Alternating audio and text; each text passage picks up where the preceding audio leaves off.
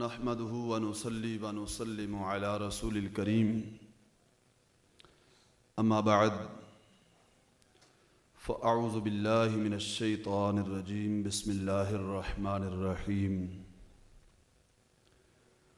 ومن يتق الله يجعل له مخرجا ويرزقه من حيث لا يحتسب صدق اللہ العظیم ان اللہ وملائکتہ یصلون علی النبی یا ایہا الذین آمنوا صلوا علیہ وسلموا تسلیما الصلاۃ والسلام علیک یا سیدی یا رسول اللہ وعلی آلک واصحابک یا سیدی یا حبیب اللہ۔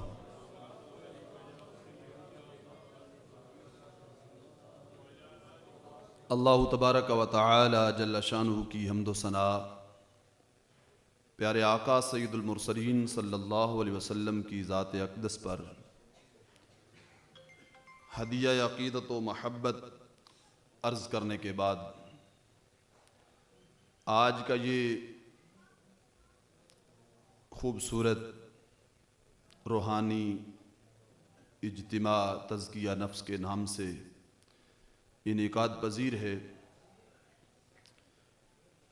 اس پیارے اور خوبصورت اجتماع کو انعقاد کرنے والی ہستی ہمارے محسن لجپال مرشد حضور قبلہ پیر جی حضور دامت برکاتہم العالیہ، آپ کی خصوصی محبتوں سے یہ سلسلہ چلا ہے اور دین کی رونق وہ اسلاف کا جو سلسلہ ہے اس کو آگے بڑھانے کی کوشش کی جا رہی ہے۔ تھوڑے وقت کی حاضری ہے، چند قرآن و سنت سے ضروری باتیں آپ حضرات سے کرنا چاہتا ہوں۔ ہمارا قرآن، ہمارا اسلام مکمل ضابطۂ حیات ہے۔ قرآن اس کا موضوع ہی انسان ہے، اور کتاب کا جو موضوع ہوتا ہے موضوع کے لحاظ سے کتاب کے اندر ساری ڈیٹیل ہوتی ہے۔ مثال کے طور پہ جو حکمت کی کتابیں ہیں، طب کی کتابیں ہیں، میڈیکل سائنس کی کتابیں ہیں، ان کا موضوع ہوتا ہے بدن انسان۔ اب انسان کے بدن کے لحاظ سے جتنے مسائل ہیں وہ سارے میڈیکل سائنس کی کتابوں میں موجود ہیں۔ کون کون سی بیماری لگتی ہے، بیماریوں کی علامتیں کیا ہیں، بیماری آ جائے تو اس کا علاج کیا ہے، یعنی علامت، بیماری، علاج، یہ سارا کچھ انسان کے بدن کے لحاظ سے جو ہے وہ طب کی کتابوں میں موجود ہوتا ہے۔ اب سمجھو کہ یہ قرآن، اس کا موضوع انسان ہے۔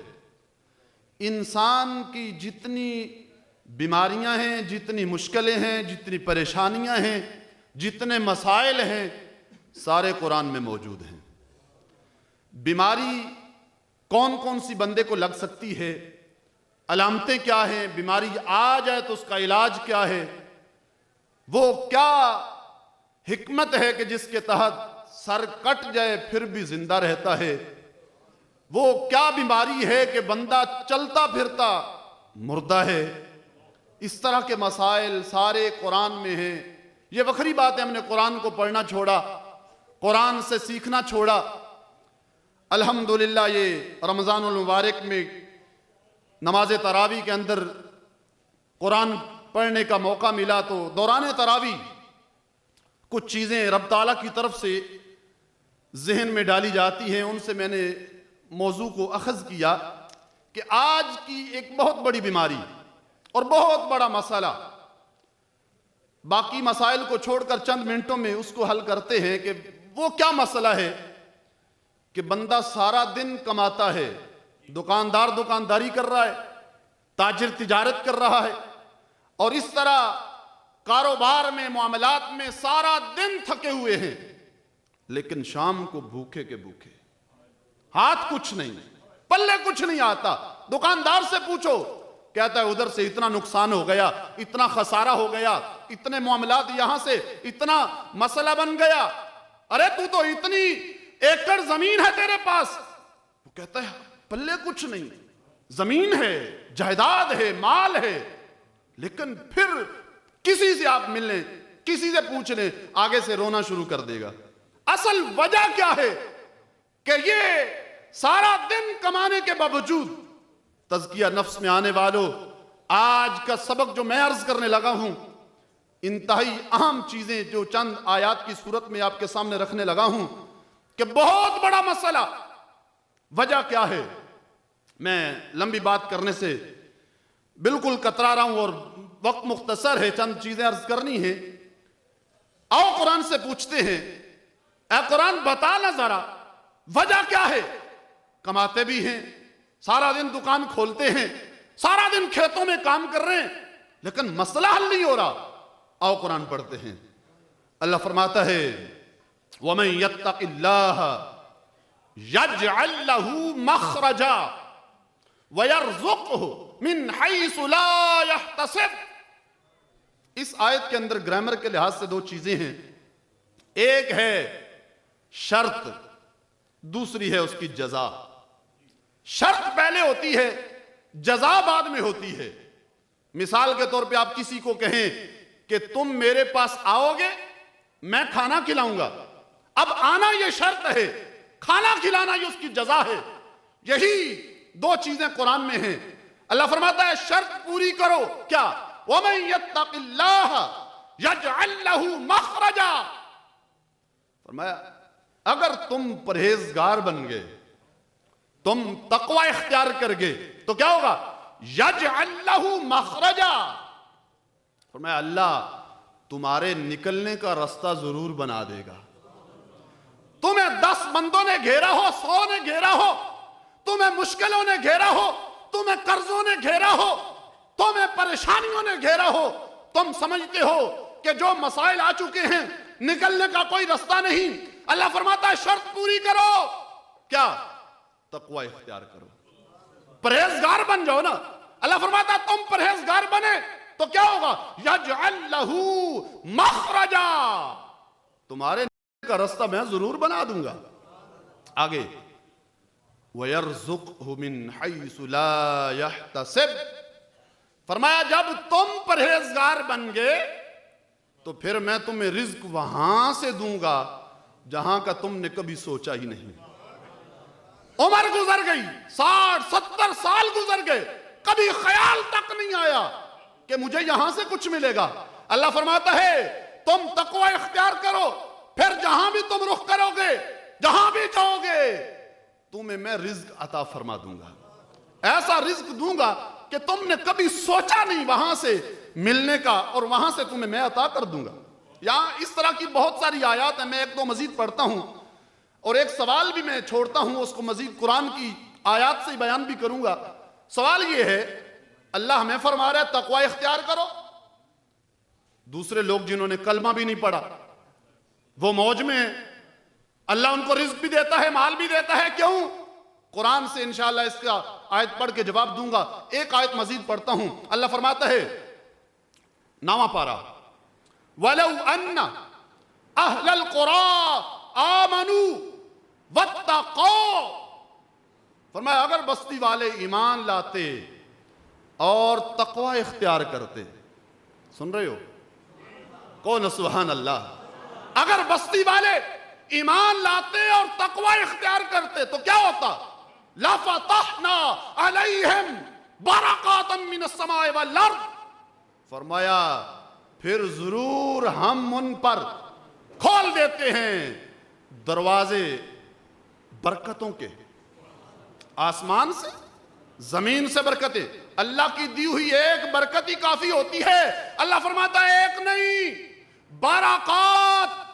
اگر تقوی اختیار کر گئے، ایمان کے بعد تقوی اختیار کیا تو کیا ہوگا؟ فرمایا اللہ فرماتا ہے آسمان سے برکتیں نازل فرما دوں گا.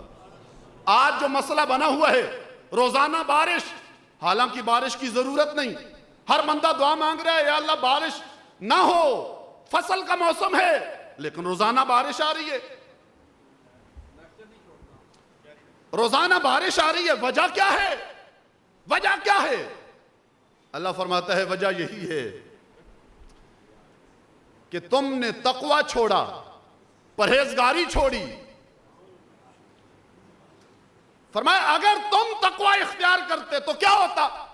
پھر جب تم چاہتے بارش آ جاتی، تم چاہتے بارش رک جاتی۔ آج بھی وقت ہے، تقوی اختیار کر جو، تمہاری فصلیں محفوظ، تمہارا رزق محفوظ۔ فرمایا میں تمہیں ایسا رزق دوں گا، تمہارے لیے برکتوں کے دروازے کھولوں گا تب جب تم شرط پوری کرو گے۔ شرط ہے تقوی کی۔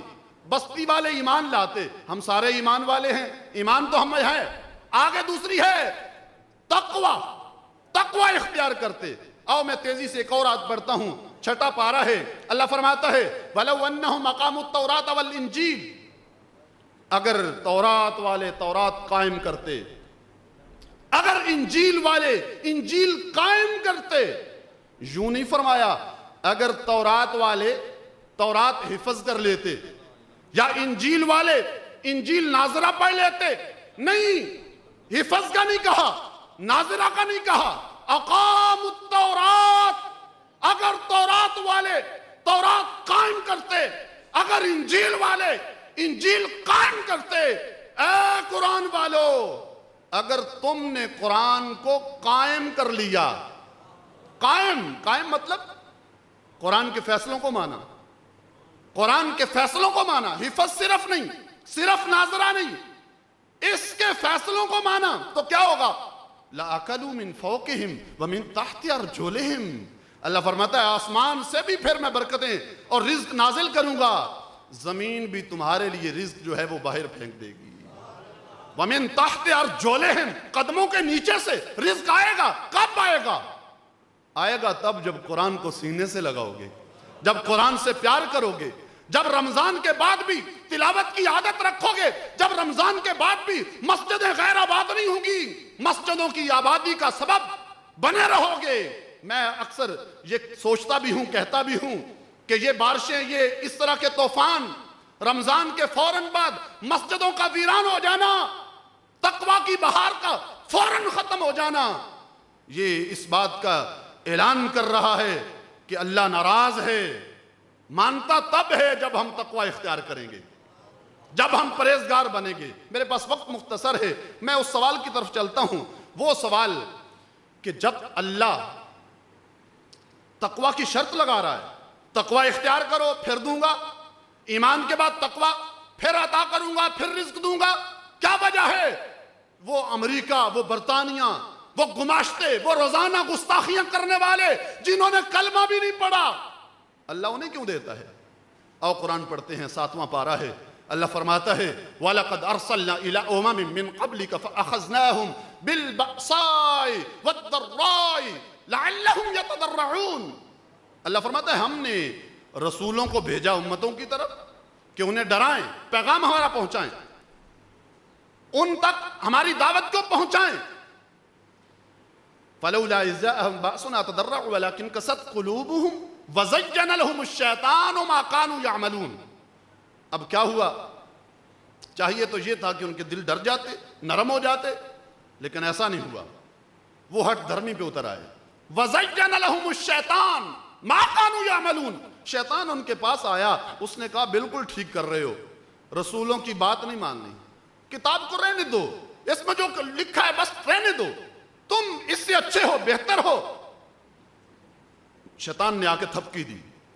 اچھا اگلی آیت، فَلَمَّا نَسُوا مَا ذُكِّرُوا بِهِ، جب وہ بھول گئے، ہماری آیتوں کو جھٹلا دیا، رسولوں کو جھٹلا دیا، ہمیں جھٹلا دیا۔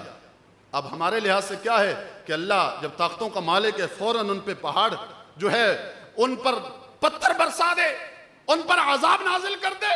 اللہ فرماتا تمہاری سوچ چھوٹی ہے، میری حکمتیں بڑی ہیں۔ فرمایا جب وہ بھول گئے، جب انہوں نے میرے رسولوں کو، کتابوں کو، مجھے جھٹلا دیا، فتحنا علیہم ابواب کل شیء، پھر ان پر ہم نے ہر شے کے دروازے کھول دیے۔ ہر قسم کا اسلحہ، ہر قسم کی موج، ہر قسم کا مال. یا اللہ یہ کب تک ایمان والوں کے ایمان کا کیا بنے گا کہ تو ان پہ دروازے کھول رہا ہے کہ جو مانتے ہی نہیں ہیں. اللہ فرماتا ہے وہ دائمی چیز نہیں ہے. جب حتی اذا فارغوا بما اوتوا اخذناہم بغتہ، اللہ فرماتا ہے غیروں کی دولت کو دیکھ کے تمہارے منہ میں پانی نہیں آنا چاہیے. تمہارے پاس جو ایمان کی دولت ہے یہ سب سے بڑی دولت ہے. ان کے پاس جو دولت ہے نا، حتی اذا فارغوا بما اوتوا اخذناہم بغتہ، فرمایا تم دیکھو گے جب وہ خوش ہونے لگے، اس پہ اکڑنے لگے، جشن منانے لگے، فرمایا پھر میں رسی کو کھینچتا ہوں، پھر میں ان کو جو ڈیل دے کے رکھی ہے رسی کو کھینچ لیتا ہوں، اور ان کو وہ جو رزق دیا ہے قیامت کے دن ان کے کام نہیں آئے گا. وہ دائمی نہیں ہے، عارضی ہے. تمہارے پاس جو ایمان کی دولت ہے اس کو محفوظ رکھو، اس کو بچا کے رکھو، اس کی قدر کرو، کیونکہ یہ اتنی بڑی دولت ہے کہ پوری کائنات مل جائے، پوری کائنات ایک طرف، تمہارے سینے میں جو ایمان کی دولت ہے وہ ایک طرف ہے. اچھا، ایک اور سوال ذہن میں آتا ہے، میں وہ سوال عرض کر کے اس کا جواب قرآن کی آیت سے دے کر میں بات کو ختم کرنے لگا ہوں. وقت جو میرے پاس تھا وہ مکمل ہونے کو ہے. سوال یہ ہے، پیارے آقا صلی اللہ علیہ وسلم نے فرمایا کہ اگر ایسا ہو آدم علیہ السلام سے لے کر آخری بندے تک سارے انسان اور سارے جن ایک بہت بڑے گراؤنڈ میں اکٹھے ہو جائیں اور سارے اللہ سے مانگیں، اپنی سوچ کے مطابق مانگیں، کوئی بادشاہت مانگے، کوئی وزارت مانگے، کوئی سونا مانگے، چاندی مانگے، فرمایا ہر بندہ مانگے، اللہ سب کو ہی وہی عطا فرما دے. جو کچھ مانگا دے دے اللہ. اللہ کے خزانے میں کمی کتنی آتی ہے؟ فرمایا سوئی کو تم سمندر میں ڈبوتے ہو، جب باہر نکالتے ہو اس سوئی کے ساتھ جو تری باہر آتی ہے نا، اللہ کے خزانے میں اتنی کمی بھی نہیں آتی. اللہ نے سب کو مالا مال کر دیا، سب کو بادشاہت دے دی، سب کو سونا دے دیا، جو کچھ کسی نے مانگا تھا سب کو دے دیا. اللہ کے خزانے میں کوئی کمی نہیں آئی. اب سوال تو بنتا ہے نا، یا اللہ جب کمی نہیں تھی تو کیوں فرق بنا دیا؟ ایک کروڑ پتی ہے، ایک مزدور ہے، ایک کوئی کام دن میں نہیں کرتا، ایک سارا دن کام کرتا ہے، ایک کے پاس آسائش ہے، ایک فٹ پاتھ پہ سو رہا ہے. یا اللہ سب کو برابر کر دیتا ہے؟ جب کمی نہیں تھی تو سب کو برابر کیوں نہیں کیا؟ یہ مزدور کیوں بنائے؟ یہ کروڑ پتی اور مزدور، یہ غلام، یہ نوکر، کیوں فرق بنایا؟ اللہ فرماتا ہے قرآن میں نے بھیجا ہی اس لیے ہے کہ پڑھو گے تو سارے تمہارے ذہن کے جو دریچے ہیں صاف ہو جائیں گے. قرآن پڑھو. آؤ 25واں پارہ پڑھتے ہیں. اللہ فرماتا ہے وَلَوْ بَاسَطَ اللَّهُ الرِّزْقَ. یہ جو میں آیتیں پڑھ رہا ہوں نا، دوران تراویح، حالانکہ سارا دن ویسے قرآن پڑھتے تھے، وہ انوار نازل نہیں ہوتے تھے. دوران تراویح جو ذہن پہ رب تعالیٰ کی طرف سے کرم ہوتا تھا، رحمت برستی تھی، پھر ان کو آیتوں کو میں اکٹھا کرتا رہا. اس جیسے میں نے تقریباً 3 سے 4 موضوع تیار کر رکھے ہیں جو صرف دوران تراویح میں نے آیتیں اکٹھی کی ہیں جو پڑھ رہا ہوں. 25واں پارہ اللہ فرماتا ہے وَلَوْ بَاسَطَ اللَّهُ الرِّزْقَ لِعِبَادِهِ لَبَغَوْا فِي الْأَرْضِ. تم کہتے ہو کہ سب کو برابر کر دیتا، سب کو مالا مال کر دیتا، سب کو کروڑ پتی بنا دیتا. فرمایا تمہیں خبر نہیں، اگر سارے برابر ہوتے لَبَغَوْا فِي الْأَرْضِ، پھر زمین میں بغاوت ہو جاتی، زمین میں بغاوت ہو جاتی. اللہ کیسے؟ فرمایا دیکھ لو، کئی جھگڑے ایسے ہیں جو حالات نرم ہونے کی وجہ سے رک جاتے ہیں. اللہ کے سپرد معاملہ کر دیا. جہاں دونوں طاقتیں برابر ہوتی ہیں، ہمارے دیہاتوں میں اس طرح معاشرے میں چلتا ہے، جہاں دونوں طاقتیں برابر ہوتی ہیں، ایک نے 1 قتل کیا، دوسرے نے 2 کر دیے، وہ اس نے پھر آگے 3 کر دیے. اس طرح معاملہ بڑھتے بڑھتے خاندانوں کے خاندان ختم ہو جاتے ہیں. فرمایا اگر تمہاری سوچ کے مطابق سارے برابر ہوتے پھر بغاوت ہو جاتی، پھر قتل و غارت، پھر لڑائی جھگڑے، فتنہ و فساد ہوتا۔ اللہ نے ایک حکمت یہ بیان فرمائی، ایک حکمت مزید بیان کر دی، فرمایا ایک تو یہ ہے کہ بغاوت سے بچایا ہے تمہیں، دوسرا وہ بھی اسی آیت میں ہے، اسی پارے میں ہے، 25ویں پارے میں اللہ فرماتا ہے نحن قسمنا بین، حضرت قبلہ کا حکم ہے کہ جتنے علماء کرام مجمع میں جلوہ گر ہیں وہ سٹیج پہ تشریف لائیں۔ شاہ صاحب، نادر شاہ صاحب اب سٹیج پہ تشریف لے آئیں، شاہ جی آ جائیں۔ حکم ہوا ہے جو علماء مجمع میں ہیں وہ سٹیج پہ آ جائیں۔ 25واں پارہ پڑھ رہا ہوں، اللہ فرماتا ہے ایک حکمت یہ ہے کہ بغاوت سے بچایا، ایک حکمت یہ ہے نحن قسمنا بینہم معیشتہم فی الحیات الدنیا ورفعنا بعدہم فوق بعد درجات لیتخذ بعدہم بعدا سخرجا۔ فرمائیے جو درجے تم دیکھتے ہو، ایک فٹ پاتھ پہ سو رہا ہے اور ایک کے پاس سینکڑوں نہیں ہزاروں ایسی جگہ ہیں، نرم بستر ہیں، نوکر ہیں، غلام ہیں، اور ایک کے پاس کچھ بھی نہیں ہے۔ فرمائیے جو تم درجے دیکھتے ہو نا، یہ میں نے تمہارے لیے بنائے ہیں، تمہارے فائدے کے لیے۔ فرمایا دیکھو تم جو کروڑ پتی ہے اگر سارے برابر بنا دیتا تو تمہارے مکان کون بناتا، جانوروں کو چارہ کون ڈالتا؟ فرمایا کروڑ پتی کو پکڑو، چارے کو لگا دو، نہیں کاٹ سکے گا۔ اس کے لیے پیسہ دینا آسان ہے، مزدور کے لیے کام کرنا آسان ہے۔ مزدور کام کر دیتا ہے، سیٹھ پیسہ دے دیتا ہے۔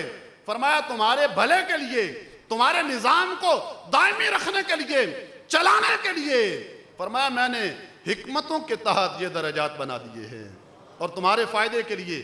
آج کے پورے درس کا یہی نتیجہ اور مقصد ہے۔ ہمارے اندر جو تزکیہ نفس کے میں ہم آئے ہیں، تو تزکیہ نفس کا بھی یہی مطلب ہے کہ تقوی اختیار کیا جائے، پرہیزگاری اختیار کی جائے۔ اللہ فرماتا ہے پھر تمہیں رزق وہ دوں گا جو دائمی ہوگا، جو برکت کے بغیر، وہ ایک بزرگ فرماتے ہیں اللہ سے کثرت نہ مانگا کرو، برکت مانگا کرو۔ کثرت سے جب آتا ہے تو پھر کثرت سے جاتا بھی ہے، بغیر برکت کے ہو تو وہ پھر ناجائز مقدمات، بیماریاں، مسائل۔ برکت کیا ہے؟ فرمایا برکت یہ ہے دودھ کا پیالہ ایک ہو، 70 صحابہ پی جائیں، یہ برکت ہوتی ہے۔ اللہ سے کثرت نہ مانگو یا اللہ میرے کمرے رزق سے بھر جائیں، اللہ سے برکت مانگو یا اللہ جو بھی رزق دے برکت والا عطا کر دے۔ دعا کر رہا ہوں رب ذوالجلال عمل کی توفیق دے، تقوی کی بہاریں عطا فرمائے۔ وما علینا الا البلاغ۔